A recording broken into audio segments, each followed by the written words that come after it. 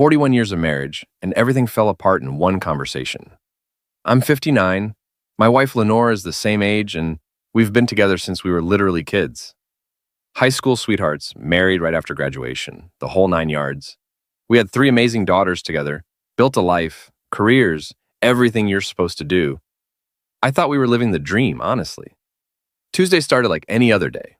I woke up for work around 7, but Lenore wasn't in bed, which was weird because she usually sleeps in.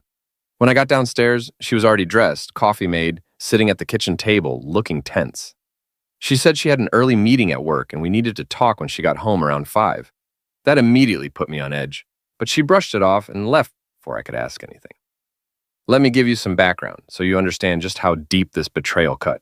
I'm Garrett Holloway, and Lenore and I have known each other since we were 7 years old in elementary school. We started dating when we were 15 and never looked back. Neither of us had ever been with anyone else, never even kissed another person romantically. We were each other's first everything. We went to college together, lived in a cramped studio apartment that barely fit a bed and a desk, worked part-time jobs to scrape by. I had the GI Bill helping with my education after my military service, and her parents helped with her tuition. Starting a family during college was challenging, but we made it work. We had our first daughter, Bryn, while still in college. She's 37 now, a successful family law attorney with 2 kids of her own, working at a prestigious firm out of state. Our middle daughter, Kelsey, just turned 35, works as an assistant principal in DC, and is single, completely dedicated to her career. The youngest, Paige, is 34, married to a police officer in our township, stay-at-home mom with 2 kids who she absolutely adores. We cherished our 3 daughters more than anything in the world. After graduating, I pursued a career as a risk analyst for a major insurance company, working my way up over the decades to a senior position where I helped clients analyze their business risks and develop strategies to mitigate them. It was demanding work, but paid well. Lenora taught PE at a local school district for years, then transitioned into administration part-time, which gave her more flexibility and better hours. We've both stayed in excellent physical shape throughout our lives. I hit the gym at least 3 times a week, play golf regularly, swim laps at the community pool. But Lenore is absolutely obsessed with fitness in a way that sometimes concerned me. She's at the gym 5 days a week without fail, runs long distances almost every single day, tracks every calorie, every step, every workout. Honestly, she looks incredible for her age, better than most women half her years. She weighs exactly the same as she did on our wedding day, despite having carried and birthed 3 children.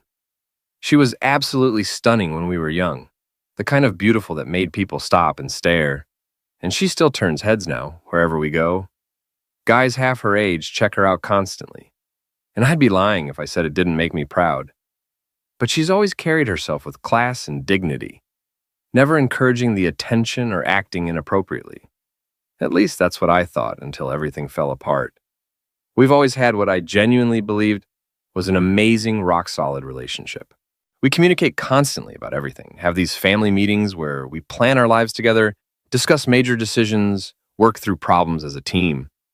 Our intimate life has always been great too, still active and passionate 3 times a week, even after all these years. She jokes that she'll never leave me because it would be too hard to train someone new, and we'd laugh about it together. I thought we were living proof that high school sweethearts could make it work for a lifetime. I left work early that day, genuinely curious and a bit excited about what she wanted to discuss. Maybe she wanted to plan a vacation or talk about retirement plans or discuss something with the kids.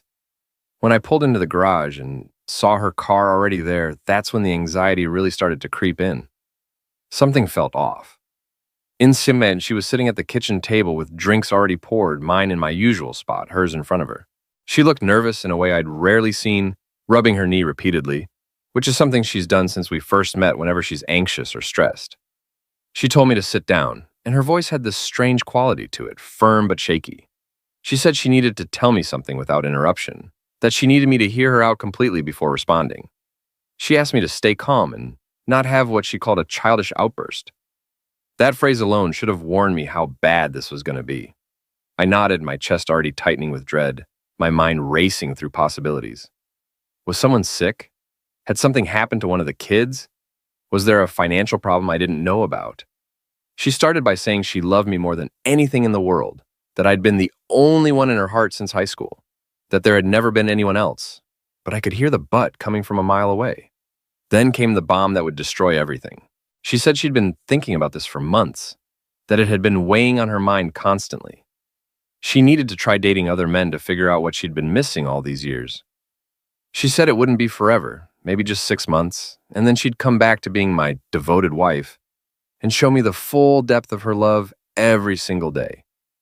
She actually said those words like she was asking permission to go on a sabbatical or take a class, not asking to sleep with other men. I tried to speak but couldn't form words. My mouth opened, but nothing came out. The pain in my chest intensified rapidly, like someone was squeezing my heart in a vice. It moved to my left arm, shooting down in waves. I felt dizzy, the room started spinning, I couldn't catch my breath no matter how hard I tried. The last thing I remember is Lenore's face changing from defensive to terrified as she realized something was very wrong. Then everything went black, and I thought I was dying. Part of me hoped I was. I woke up in the hospital with tubes everywhere, machines beeping, throat burning like fire. A nurse appeared and told me I'd had a massive heart attack, the kind they call the widowmaker because most people don't survive it. It was 3 a.m, and she said the doctor would be by in a few hours to discuss my condition in detail. She said it was a miracle I was still alive, that if the ambulance had arrived even 5 minutes later, I'd be dead. When she asked if I wanted to see my visitors, mentioning that my wife and daughters had been there for hours, I shook my head violently. I grabbed the notepad she offered and wrote in large letters that I didn't want to see anyone, especially not my wife. I even asked about getting a DNR form, a do not resuscitate order, because at that moment, lying in that hospital bed, I genuinely didn't care if I lived or died. What was the point? My entire life had been a lie. The woman I'd loved since I was a teenager, the only woman I'd ever been with, wanted to sleep with other men. The nurse looked shocked by my DNR request, but said she'd pass along my wishes. I spent days in that hospital bed, unable to sleep, just thinking and analyzing everything. That's what I do for a living, right? I analyze risks, identify problems, develop strategies to address them. So I applied that same methodology to my personal disaster. What were my actual options here? First, I could let her keep seeing other guys and hope that eventually she'd come to her senses and everything would magically go back to normal. Second, I could try to convince her to stop, beg her not to do this, tell her how much it was destroying me. Third, I could end the marriage completely and try to move on with whatever life I had left. And fourth, I could just give up entirely and not worry about any of it anymore. To be honest, that fourth option seemed pretty damn appealing right then. But I still felt terrible, physically and emotionally broken in ways I didn't know were possible. The doctor came by later and explained that my heart attack was caused by a complete blockage in the left anterior descending artery, which is why they call it the widowmaker. He said if Lenore hadn't immediately called 911 and if the paramedics hadn't arrived so quickly, I wouldn't be alive right now. He also explained that while severe emotional stress can trigger an attack, the underlying problems had been building for years due to my genetics and high cholesterol levels that I'd been ignoring. When I asked if emotional trauma could have caused it, trying to understand if my wife had literally almost eliminated me with her confession, he was diplomatic but honest. He said the stress was likely the trigger, but the tool had been loaded for years. When I described what my wife had told me right before the attack, he finally understood why I'd requested no visitors and why I'd asked about the DNR. He said I'd need to stay in the hospital for several more days, that rest and recovery were critical. He also strongly recommended I see a therapist because depression is extremely common after heart attacks like mine, especially given the relationship trauma I was dealing with. He couldn't help me with my personal problems, but he could keep me alive long enough to figure them out. Later that day, I heard Lenora in the hallway outside my room making an absolute scene because they wouldn't let her see me. She was demanding to know my condition, insisting she had a right to information as my wife, getting louder and more aggressive. Security had to be called to escort her out of the hospital. When she was told that I had specifically requested they not share any of my medical information with her, that I had explicitly banned her from visiting, I felt this small sense of victory wash over me. It was petty and childish, but it was something. For the first time since she'd dropped that bomb on me, I felt like I had some tiny bit of control over my own life. The nurse, Beth, came to check on me that night when I finally woke up after sleeping for what felt like days. We talked, and I found myself opening up to her in a way I hadn't expected. She was kind and non-judgmental, just listened. I told her I'd eventually need to speak with my wife, but I wanted to wait until I was physically and mentally stronger, until I could face her without falling apart. She suggested I might want to talk to my daughters first, and I agreed immediately. That's when it hit me like another punch to the gut. Did my daughters know what their mother had planned? Had they known for months while I walked around clueless? Lenora was especially close to Kelsey, our middle daughter, so maybe she'd confided in her. Or maybe she'd explained everything to all of them after my heart attack, painted herself as the sufferer somehow. When my daughters visited, I talked to each one separately in my hospital room. I told them how much I loved them, how grateful I was to be alive, how close I'd come to never seeing them again. I didn't want to discuss their mother yet, wasn't ready for that conversation. Paige, my youngest, mentioned that Lenora had hinted she felt responsible for my condition, but hadn't given any specific details about what had happened. She said Lenora had promised to explain everything to them the next day, to give them the full story. Bryn and Kelsey, who'd both traveled from out of state, informed me they'd arranged to take extended time off work to help with my recovery, to make sure I wasn't alone during this difficult time. Seeing my daughters there, seeing how much they cared, made me realize something important. No matter what happened with Lenora, no matter how my marriage ended up, life would go on. It would be harder, more painful, lonelier than I'd ever imagined. But it wouldn't stop. The world would keep turning, and I'd have to figure out how to turn with it. The girls decided among themselves that I'd stay at our house and Lenora would temporarily move in with Paige's family. Bryn and Kelsey would take turns caring for me during my recovery period, making sure I took my medications, ate properly, didn't overexert myself. The doctor said I'd be back to normal functioning in about 6 months if I followed their instructions carefully. What really bothered me, though, was that for the first 2 weeks I was home recovering, Lenora didn't contact me at all. Not a phone call, not a text message, nothing. I wondered if the girls had intervened and told her to give me space to heal, or if she was actually using this time as an opportunity to go on those dates she'd been so desperate for. The thought of her out there with other men while I was recovering from a heart attack she'd essentially caused made me feel sick all over again. I decided to talk to Kelsey first since she was closest to her mother. When we sat down, I asked her directly how long she'd known about her mother wanting to date other men. She avoided eye contact and admitted they'd discussed it casually about 3 or 4 months ago. 3 or 4 months. My anger started building like pressure in a volcano. I felt like I was losing control, my hands shaking. I needed to calm down before I said something I'd regret. I apologized for raising my voice and said I was deeply hurt that I'd completely missed that Lenora was unhappy in our marriage. I felt like a failure as a husband, like I'd been walking around blind while my wife suffered in silence. Kelsey said her mom just wanted to experience something new before it was too late, and it wouldn't affect our connection. I was shocked. How could her being intimate with other men not affect me? Kelsey said my love should be strong enough to support Lenora in this, that she'd dedicated her life to family and deserved this for herself. Then she dropped another bomb, saying that at 59, it was understandable that mom was interested in younger men.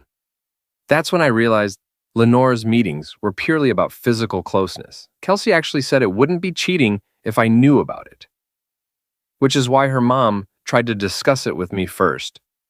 We went in circles for another 10 minutes, getting absolutely nowhere. Every point I made, she had a counter-argument for.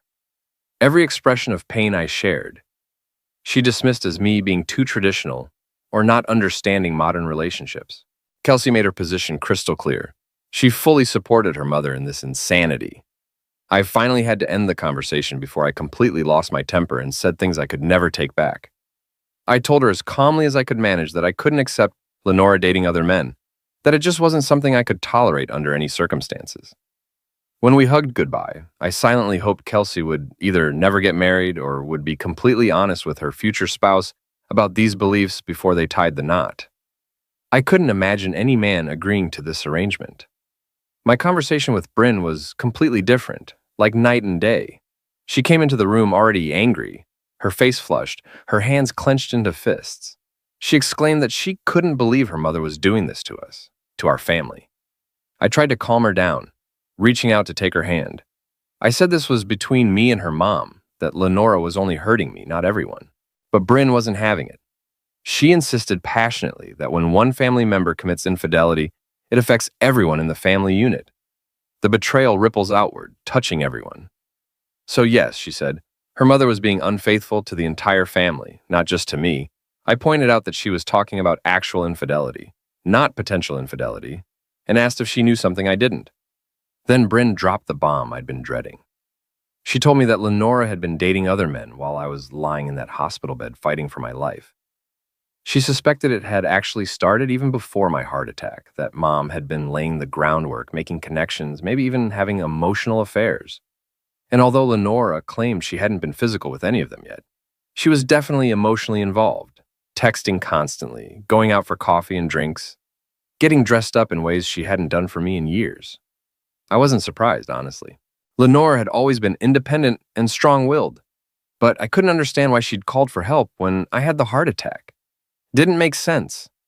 Bryn and I chatted for a while longer, delving deeper into our state's divorce laws and what my options really were. In a no-fault divorce state like ours, neither party needs to prove wrongdoing.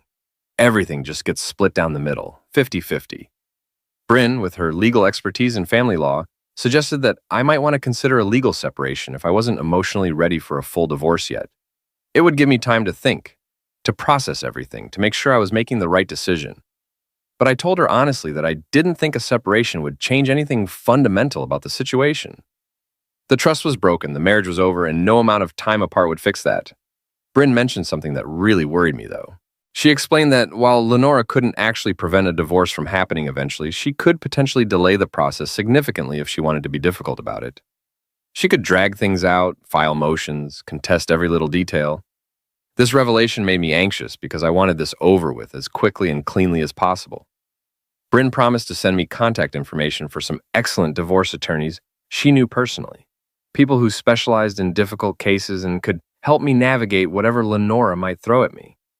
My conversation with Paige was mostly focused on calming her down because she was an absolute mess. She was crying uncontrollably, mascara running down her face, begging me through sobs to take Lenora back home, to forgive her, to give her another chance. It broke my heart to see my youngest daughter so distraught. I gently reminded her that I hadn't actually asked her mother to leave in the first place. Lenora was free to come home whenever she wanted. The house belonged to both of us equally. It was her choice to stay away, not mine. Then I asked the question I already knew the answer to, but needed to hear confirmed. Had her mom been going on dates after I got to the hospital? Paige just nodded miserably, tears streaming down her face faster than she could wipe them away. When I asked how often this had been happening, she quietly confessed that it was almost every single night. Almost every night while I was lying in a hospital bed recovering from a heart attack. She told me she'd tried multiple times to talk to her mother about it, tried to make her see reason. She'd told Lenora point blank that she was cheating on me, that what she was doing was wrong and hurtful. But Lenora had insisted adamantly that it wasn't cheating at all because she hadn't been physically intimate with any of them yet. And besides, she'd told me about her plans beforehand, so it was all out in the open, as if that somehow made it acceptable. Before Paige left, I asked her to do me a favor and tell her mother that I was feeling better physically and that she could return home whenever she wanted to. I emphasized that she should do it immediately because Paige was clearly on the verge of a complete nervous breakdown over this whole situation, and having her mother there would help. I ended the call without really listening to whatever Lenora's response might have been. I just hung up and sat there in silence, processing everything I'd learned from my 3 daughters. 3 completely different perspectives on the same situation, and only one of them seemed to understand how fundamentally wrong this all was. I spent the rest of that day organizing my notes meticulously, preparing for our inevitable confrontation. I'm a strategic thinker by nature and profession, and I wanted to be completely ready for whatever she might throw at me. I had talking points, counter-arguments, financial documents, everything laid out logically. But as they say in the military, no plan survives first contact with the enemy, and that's exactly what happened in my case. All my careful preparation went right out the window within the first 30 seconds. When Lenora came home that evening, she didn't just walk through the door like a normal person. She burst through it dramatically, shouting, "Where are you?" at the top of her lungs. When she spotted me sitting calmly at the kitchen table with my notes neatly spread out in front of me, she didn't give me even a second to speak. She didn't ask how I was feeling, didn't apologize, didn't show any remorse. Instead, she launched into this passionate, almost rehearsed speech, declaring loudly and firmly that there would be no divorce, that we were staying married no matter what I thought about it. My wife had always been fascinated by history, especially the American Civil War era, and in that moment I realized she was using classic military tactics on me. She was launching an aggressive offensive when, by all rights, she should have been on the defensive, apologizing and begging for forgiveness. She caught me completely off guard, and before I could process what was happening or mount any kind of response, she'd completely overwhelmed my defenses. Before I knew what was happening, before I could mount any kind of coherent argument or defense, I found myself lying completely exhausted on our bed with Lenora lying next to me, calmly getting dressed as if nothing unusual had just occurred. She announced matter-of-factly that she'd be back the next day with all her things so we could move forward with our lives together. As she headed confidently toward the bedroom door, I managed to whisper hoarsely, "Thanks for calling the ambulance that day." She paused, nodded acknowledgement, and said in an exasperated, almost annoyed tone that of course she'd called for help. It was because she cared about me, that we were in this marriage for the long haul, for better or worse. Then she told me to get some rest because we had a lot of lost time to make up for, implying our intimate life would be resuming in full force. As she was leaving the room, I gathered every ounce of authority and strength I had left and said as firmly as I could manage that if she made love to someone else, if she crossed that physical line, our marriage was over. Period. No discussion, no second chances. She paused in the doorway, her back still to me, then turned her head slightly and answered defiantly, almost mockingly, "We'll see about that." Then she walked out, leaving me lying there, feeling defeated and manipulated. Over the next few months, everything seemed to settle into a new kind of normal, though it was a twisted version of what normal should be. She continued to go on her dates with other men. We never mentioned my ultimatum again, both of us pretending it hadn't been said. She didn't tell me any details about her dates, didn't share where she was going or who she was seeing, but she'd casually mention she was heading out for the evening and would come home late at night, usually once or twice a week. Despite looking disheveled and tired on those nights when she returned, she never smelled of cologne or closeness or anything that would suggest she'd been physical with anyone. After taking a long shower and getting into bed next to me, she'd continue her seductive pursuit of me, acting as if everything was perfectly normal. I accepted this bizarre situation, figuring that if I was going to die from another heart attack, at least this was a decent way to go. I was certain, absolutely convinced, that she wasn't being physically intimate with anyone else until one night that shattered that illusion completely. I was certain she wasn't being physical with anyone until one night she came home even later than usual, well past midnight. It was the middle of the night, probably around 2 or 3 in the morning, and I was sitting up in bed wide awake, unable to sleep without her presence next to me. I heard the familiar sound of the garage door opening, then her high heels clicking loudly on the kitchen tile floor, then the stairs creaking under her weight as she climbed them. When she finally entered our bedroom, our eyes met across the dimly lit room, and in that instant, I knew everything. Without a single word being spoken, it was completely obvious what had happened. She knew that I understood.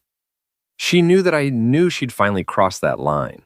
She turned away from my gaze and walked directly to the bathroom without acknowledging me, saying dismissively over her shoulder that it didn't matter, that this whole thing was temporary and would end soon, that we shouldn't dwell on it or make a big deal out of it.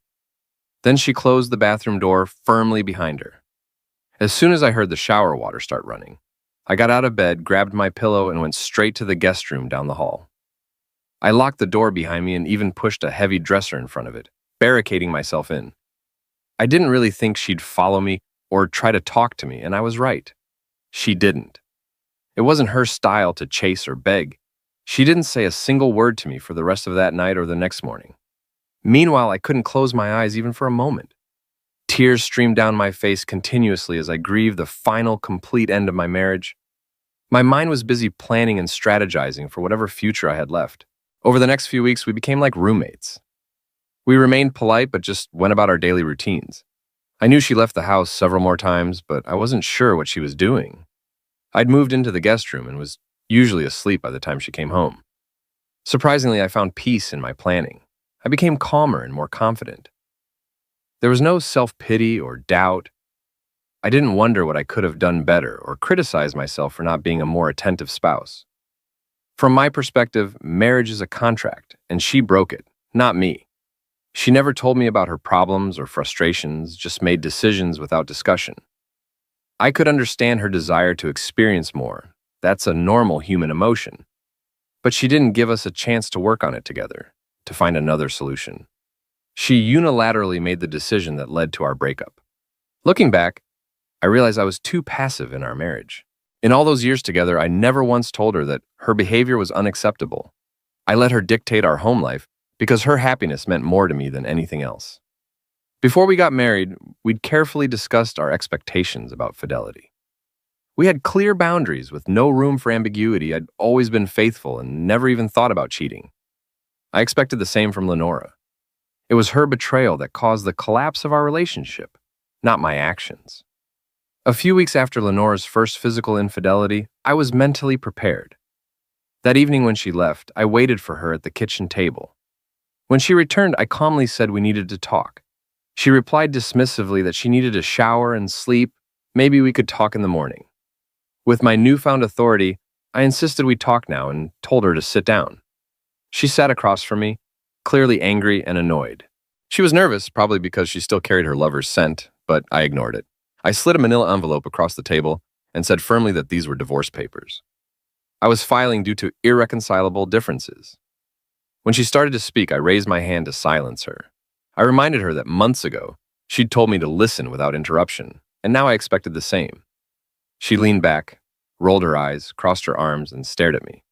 I continued, explaining that the envelope contained all the information she needed, including my lawyer's contact details. I asked her to sign them and return them to his office within 3 days. If she didn't, I'd be forced to serve her at work. I said I'd rather not embarrass her in public, but it wouldn't be difficult to do it in front of her many admirers. I told her I wasn't following her, didn't have photos or audio or video evidence of her infidelity. None of that mattered because we lived in a no-fault divorce state where everything gets divided equally. Our kids were grown and independent. The house was paid off. We'd settle our shared credit card debts and move on with our lives. She asked if I was done, and I nodded. She stood up and said we weren't getting divorced, that she was tired and going to bed. The next morning, she wanted to talk. What caught my attention was that she'd prepared an amazing breakfast for us, something she hadn't done in forever. She looked cheerful, working in the kitchen. After serving breakfast and seeing my shocked expression, she calmly sat down and motioned for me to join her. It all seemed surreal. I chose not to sit down, told her I'd be eating elsewhere, and walked out the door. She had no idea I was heading to a rented apartment near my work and had no plans to return except to pick up my things after the divorce. Maybe she was crying when I got in the car, but I couldn't be sure.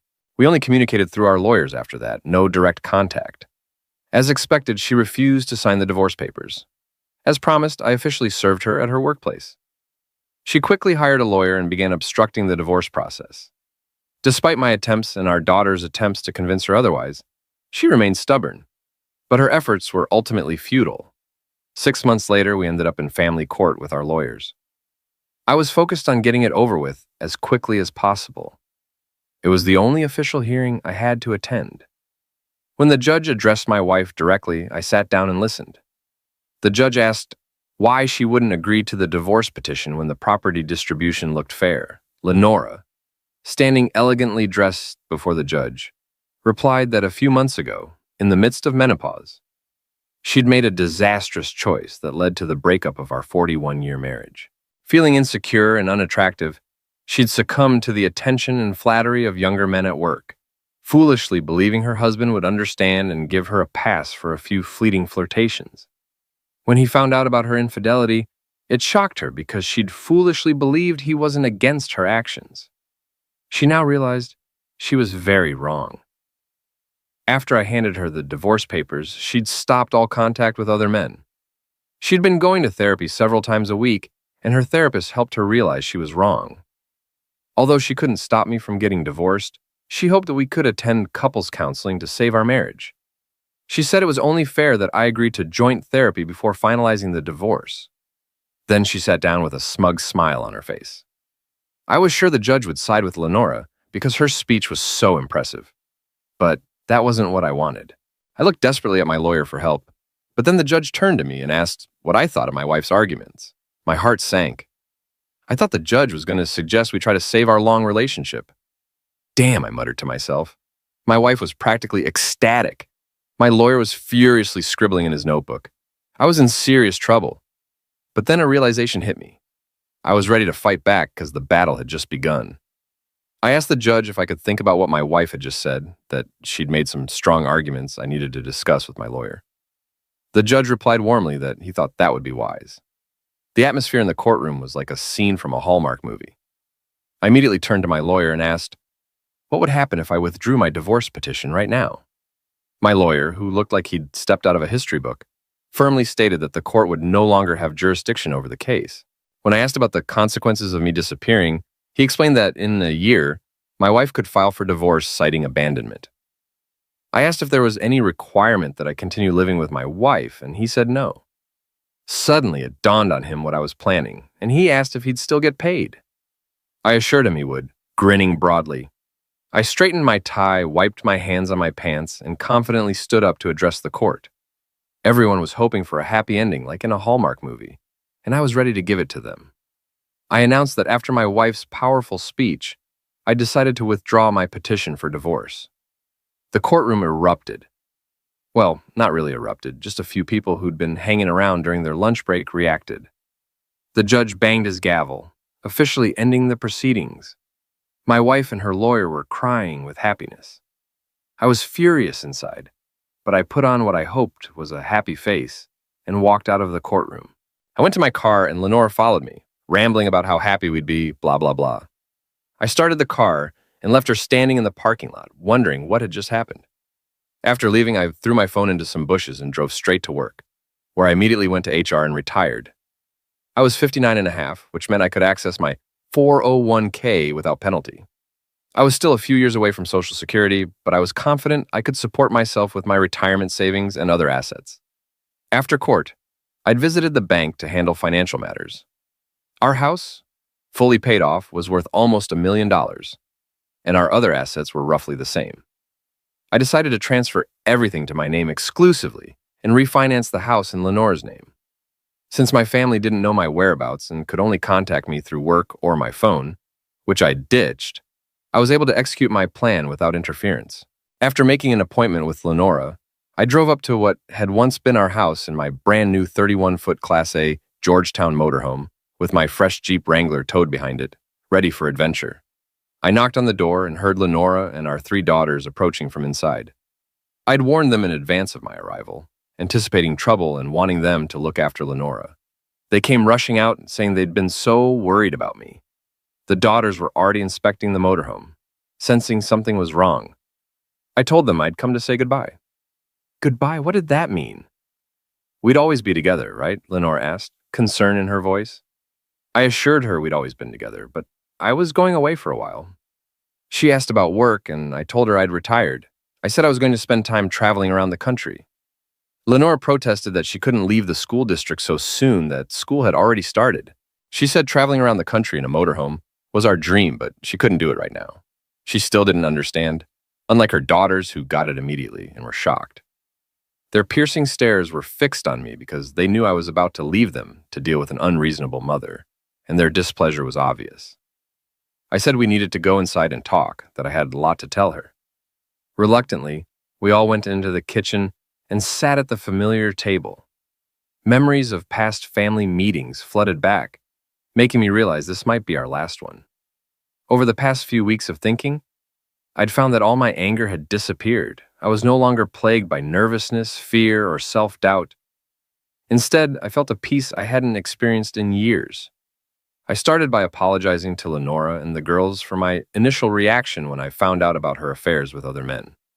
I admitted my behavior in the hospital was immature. I raised my hand to signal Lenora to pause before she could respond, asking her to let me finish. I explained that I understood the heart attack wasn't her fault. By a strange twist of fate, her presence may have saved my life. The heart attack was inevitable, but thanks to her quick actions calling for help, I was still here. The paramedics had confirmed this, so I was sincerely grateful. I told her we'd never been independent because we'd been together since school. Now, I understood how she felt when she shared her intentions with me. At first, I'd focused on the most personal aspect of her desires, but now I understood what she really wanted was independence. She wanted to assert her autonomy and take control of her own life. It dawned on me that I was in a similar situation. Our lives had been intertwined for so long, But now I also felt the need to live on my own. I thought it was important for both of us to spend time apart, to discover our individuality. She tried to talk, tears and sniffling, saying the thought of being alone scared her, that she'd sworn never to let me go, that we'd always be inseparable. She regretted her words, said she'd been in a dark place. She seemed on the verge of a breakdown. The girls, though visibly upset, remained calm and silent. I told her I understood and accepted her decision to never give me a divorce, that I didn't want one anymore either. It didn't matter to me. But we weren't going to live together. I needed to find myself outside our relationship. I handed her the deed to the house, explaining I was giving it to her and taking most of our other assets to ensure an equal division. The girls were visibly upset when they realized what was happening. Lenora begged me to reconsider, said she could make it up to me, that she believed I'd eventually forgive her. She said it had been months since she'd dated anyone, that her therapist had helped her realize the error of her ways. She asked me to reconsider, reminded me I'd promised to come back. I told her I'd already forgiven her, that maybe one day I would come back. I was releasing her from our marriage vows. I wanted her to be free to do what made her happy without feeling guilty. I just couldn't stay there while she was doing it. She asked how she could contact me if she needed to talk, said I couldn't just leave her like that it was wrong. She covered her face with her hands, crying uncontrollably. I turned to my daughters and apologized for what had happened. I assured them of my eternal love and urged them to take care of their mother. I gave them my email address so they could contact me, explaining that due to my nomadic lifestyle, I wouldn't have a phone or permanent address. After walking out the door and leaving them in tears, I climbed into my motorhome and drove off into the unknown, starting a new chapter of my life without looking back. I was alone and determined never to see this lying, unfaithful woman again, the one to whom I'd given my entire life. I kept in touch with the girls regularly, and about a year after my departure, they told me their mother was behaving inappropriately. She'd started trying to look younger and was pursuing guys 20 years younger than her. Her outfits were usually very provocative for someone her age. To make matters worse, Lenora had started flirting with our daughter's husbands, which shocked everyone. As a result, she ended up lonely and unhappy, exactly what she deserved after destroying our marriage and family for some midlife crisis fantasy that she could have her cake and eat it too. Meanwhile, I was out there living my best life, traveling the country, finally discovering who I was outside of being her husband.